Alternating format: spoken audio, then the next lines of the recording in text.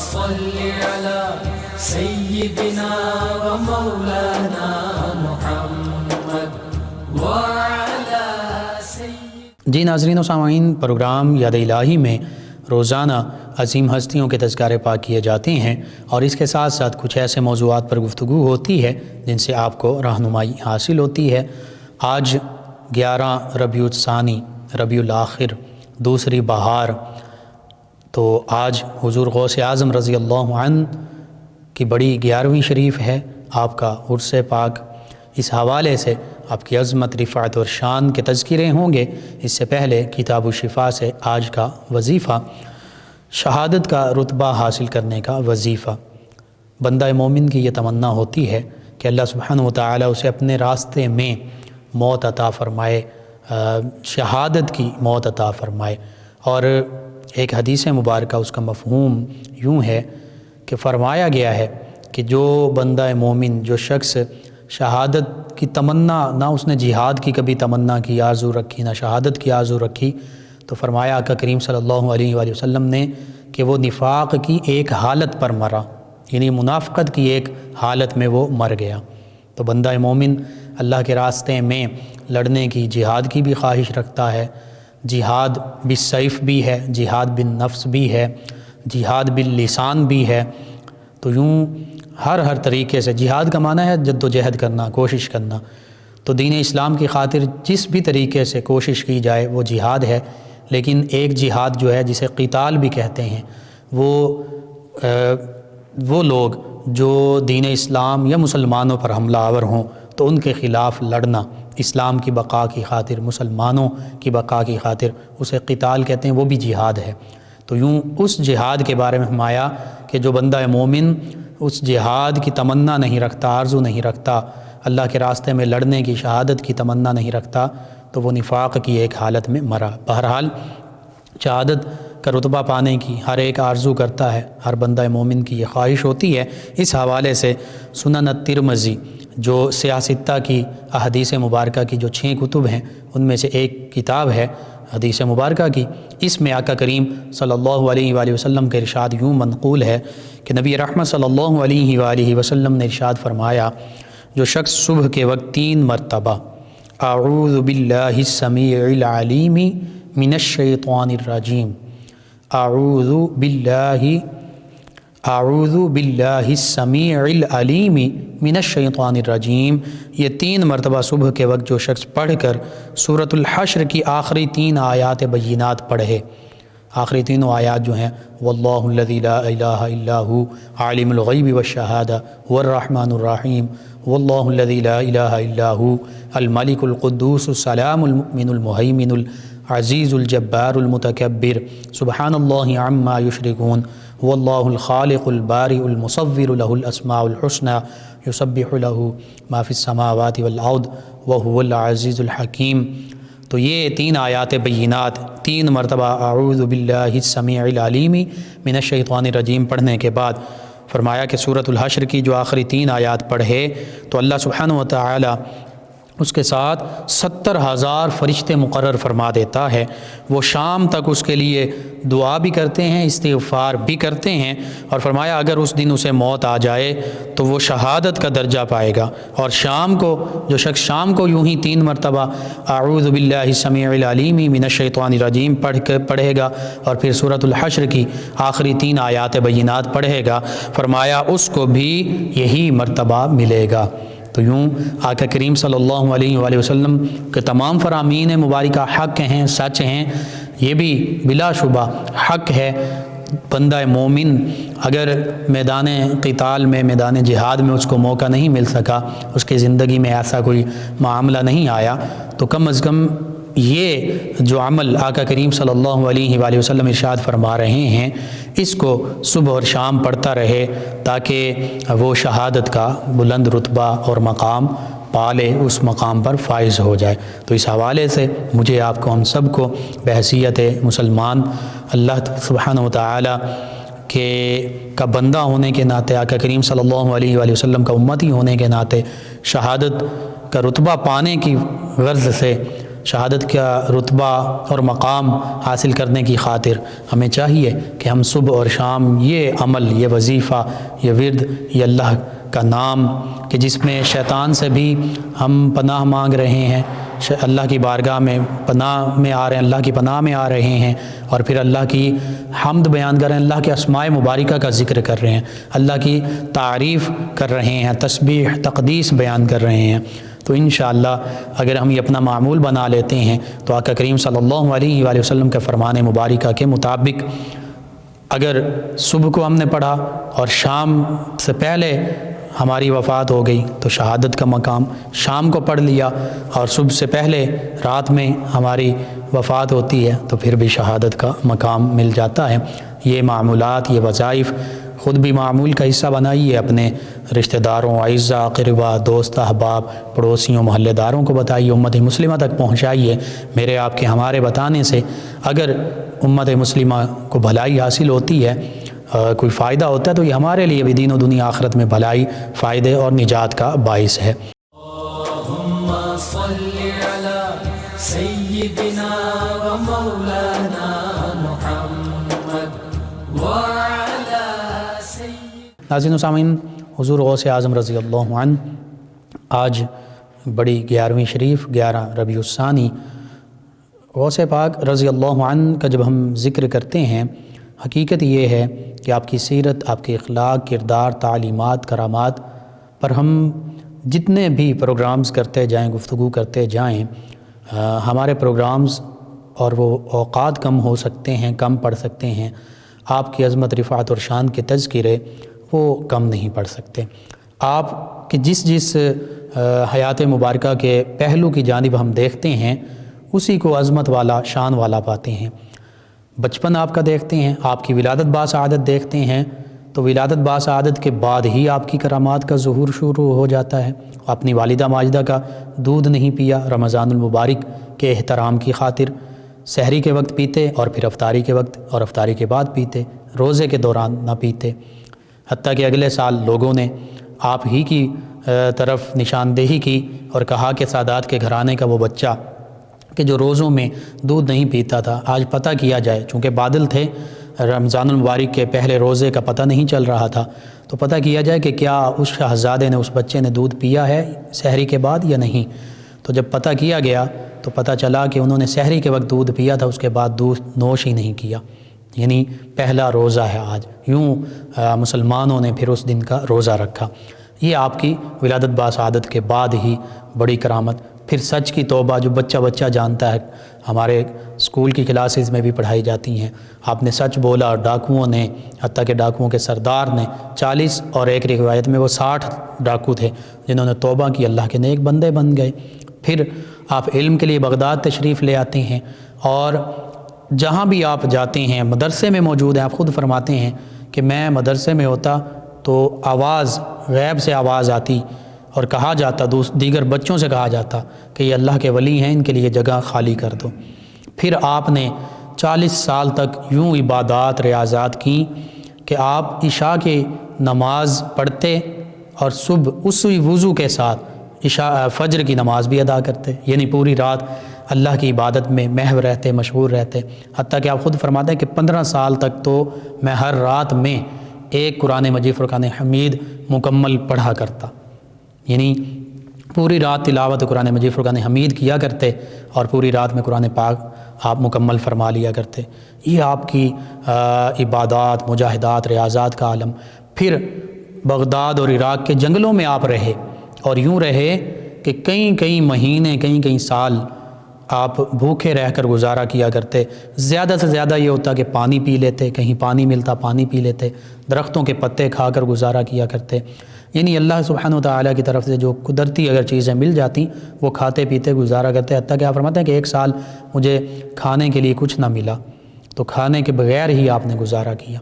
تو یوں اتنی مجاہدات کیں، اللہ نے پھر آپ کو وہ مقام عطا فرمایا کہ تمام اولیاء کرام کے آپ سردار بنے۔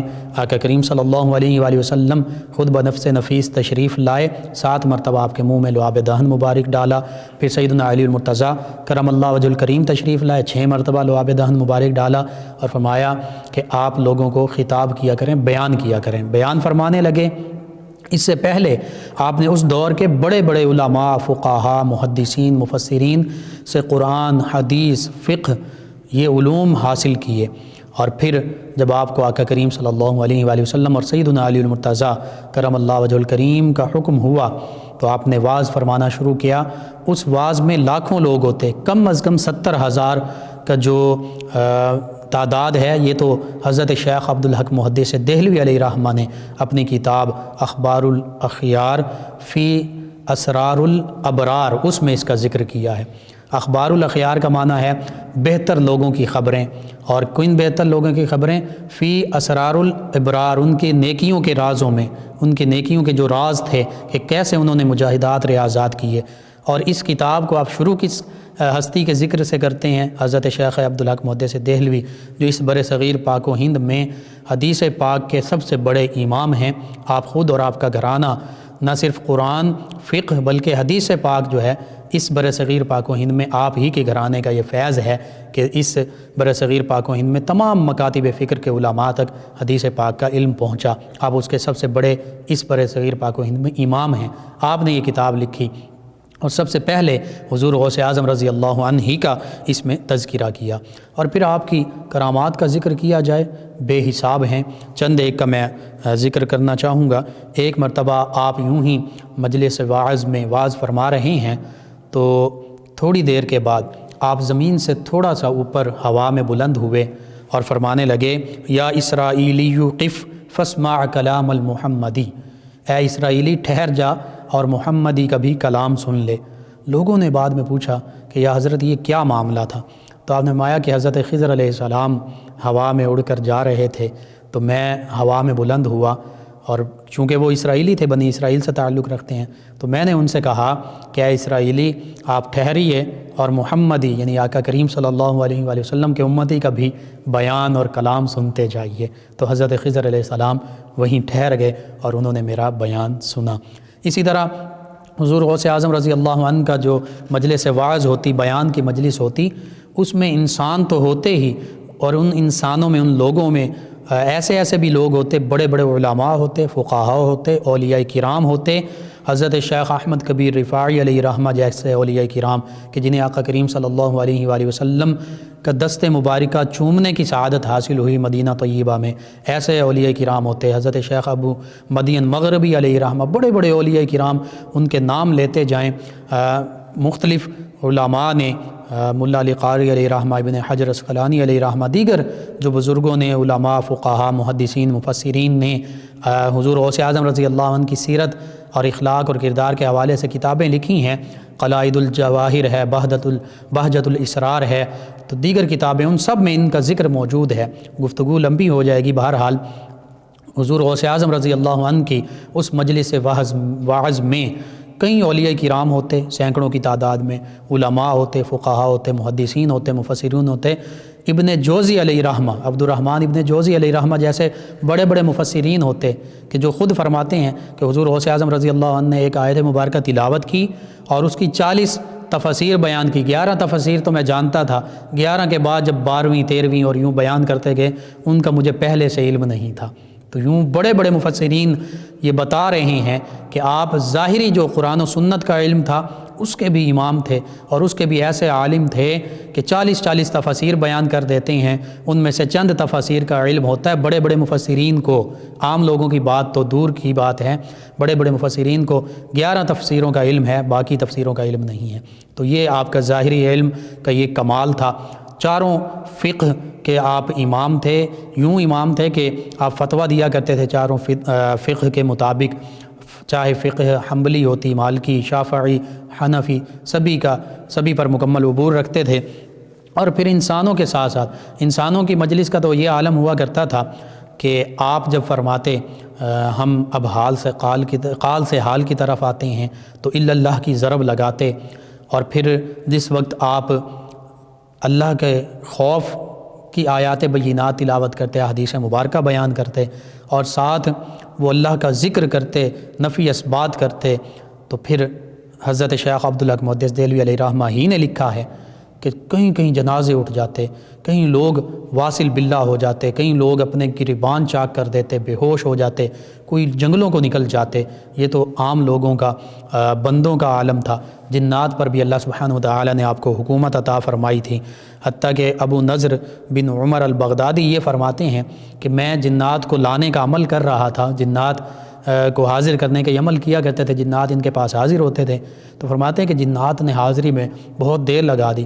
جب حاضر ہوئے تو میں نے پوچھا کہ بھئی تم اتنی دیر سے کیوں آئے؟ تو کہنے لگے کہ حضور غوث اعظم رضی اللہ عنہ کی ہم مجلس میں بیٹھے تھے، انہوں نے ہمیں بلایا ہوا تھا تو اس وجہ سے ہمیں دیر ہو گئی۔ تو فرمانے لگے کہ ان کی مجلس میں بھی تم جاتے ہو؟ انہوں نے کہا جی بالکل، ہم ان کے ہاتھ پر بیعت بھی ہوئے ہیں اور ان کی مجلس میں بھی بیٹھتے ہیں۔ تو غوث اعظم رضی اللہ عنہ کو یوں ہی غوث الثقلین نہیں کہا جاتا، جن و انس کے فریاد رس ہیں۔ اللہ سبحانہ و تعالی نے آپ کو یہ شان عطا فرمائی ہے کہ آپ اللہم صلی علی سیدنا و مولانا محمد وعلی سید۔ ناظرین و سامعین، حضور غوث اعظم رضی اللہ عنہ کی جنات پر کیسے حکومت تھی کہ ایک موقع پر ابو سعید عبداللہ بن احمد بن علی البغدادی علیہ رحمہ یہ بیان کرتے ہیں، حضور غوث اعظم رضی اللہ عنہ کے مرید ہیں، اور یہ 537 ہجری کا واقعہ ہے۔ یہ فرماتے ہیں کہ ایک دفعہ میری دختر یعنی ان کی بیٹی جن کا نام فاطمہ ہے، مکان کی چھت پر تھی کہ اسے کوئی جن اٹھا کر لے گیا، اور کہتے ہیں کہ اس کی عمر ابھی 16 سال تھی۔ میں حضور غوث اعظم رضی اللہ عنہ کی خدمت میں حاضر ہوا، سارا واقعہ بیان کیا تو آپ نے فرمایا کہ تم بغداد شریف کے محلہ کرخ کی ویران جگہ میں 5ویں ٹیلے کے قریب جا کر بیٹھ جاؤ اور اپنے ارد گرد زمین پر دائرہ کھینچ لینا۔ دائرہ کھینچتے وقت یہ پڑھنا بسم اللہ الرحمن الرحیم علی نیت عبد القادر، اور فرمایا جب آدھی رات گزرے گی تو تمہارے پاس سے مختلف قسم کے مختلف صورتوں کے شکلوں صورتوں والے جنات کے گروہ گزریں گے، تم ان سے بالکل نہ ڈرنا۔ پھر صبح کو ایک عظیم لشکر جو ہے وہ جنات کا تمہارے پاس گزرے گا، اور اس میں جنات کا بادشاہ بھی موجود ہوگا، وہ تم سے تمہاری ضرورت دریافت کرے گا تو تم اس سے صرف یہ کہنا کہ مجھے عبد القادر رضی اللہ عنہ نے بھیجا ہے، اور بعد ازاں اسے اپنی بیٹی کا واقعہ بیان کرنا۔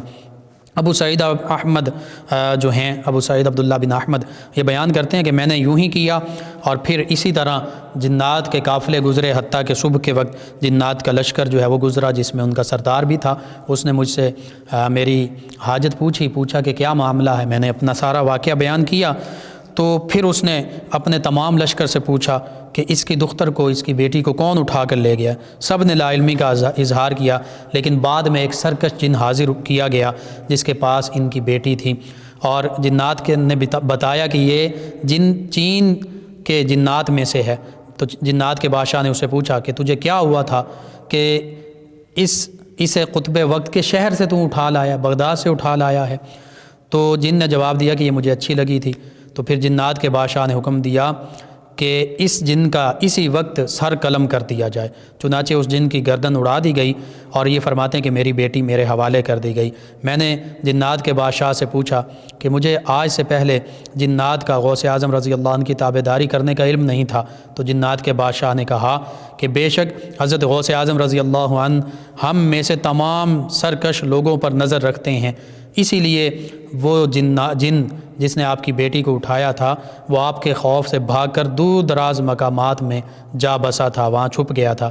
اور فرمایا وہ کہنے لگا کہ کیونکہ جب اللہ تعالیٰ کسی کو قطب وقت بناتا ہے تو پھر جنات اور انسان دونوں پر اسے حاکم بنا دیتا ہے، اس کا حکم چلتا ہے۔ حضور غوث اعظم رضی اللہ عنہ یوں آپ کی حکومت جو ہے وہ جنات پر چلتی تھی، حتیٰ کہ ایک مرتبہ اصفہان کا رہنے والا ایک شخص آپ کی خدمت میں حاضر ہوا، اور اس نے کہا کہ میری بیوی کو دورے پڑتے ہیں، جن جو ہے وہ اس پر حاوی ہیں۔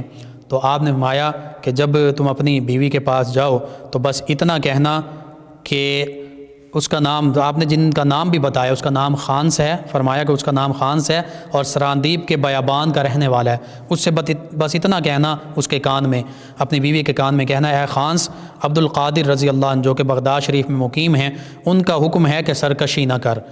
تو وہ شخص کہتا ہے کہ میں 10 سال بعد حضور غوث اعظم رضی اللہ عنہ کی بارگاہ میں حاضر ہوا۔ اس موقع پر اس نے عرض کیا کہ جب جیسا آپ نے فرمایا تھا میں نے اپنی بیوی کے کان میں یوں ہی کہا، اس دن کے بعد میری بیوی کو کبھی دوڑے نہیں پڑے۔ یہ حضور غوث اعظم رضی اللہ عنہ کی شان ہے۔ مشائخ کا ذکر کریں، ایک نہیں سینکڑوں مشائخ ہیں جنہوں نے آپ کی عظمت، رفعت اور شان کا ذکر کیا ہے، آپ کے بارے میں یہاں تک بتا دیا، کہہ دیا کہ آپ کے دائیں ہاتھ میں شریعت، بائیں ہاتھ میں طریقت کا سمندر ہے، آپ جس میں چاہیں غوطہ زن ہوں، جس کو چاہیں شریعت و طریقت کے فیضان سے بہرور کر دیں۔ تو یہ اللہ سبحانہ و تعالیٰ نے آپ کو یہ عظمتیں، یہ شانیں عطا فرمائیں۔ آپ کی شانوں کا جتنا ذکر کریں کم ہے۔ ناظرین و سامعین، اس دوران ہمیں جوائن کیا ندیم فاروق صاحب نے، یہ کہتے ہیں کہ رسولیوں کے لیے جو عمل بتایا تھا وہ بتا دیں، اور کہتے ہیں کہ کیا اچھا یہ پوچھا کہ وہ عمل کیا مریض خود بھی کر سکتا ہے اور کانٹا ایک ہی رکھنا ہے؟ جس بارے میں عرض کرتا ہوں کہ مریض یہ عمل خود بھی کر سکتا ہے، اور ایک ہی کانٹے سے اگر ہو سکتا تو ایک ہی ٹھیک ہے، ورنہ اگر روزانہ آپ کانٹا بدل بھی سکتے ہیں تو اس میں کوئی مسئلہ نہیں ہے۔ مقصد یہی ہے کہ اس میں کانٹا چبھونا ہے یہ عمل کر کے۔ ندیم صاحب ہیں، انہوں نے کہا کہ نبی رحمت صلی اللہ علیہ وآلہ وسلم کی زیارت والا عمل دوبارہ بتا دیں۔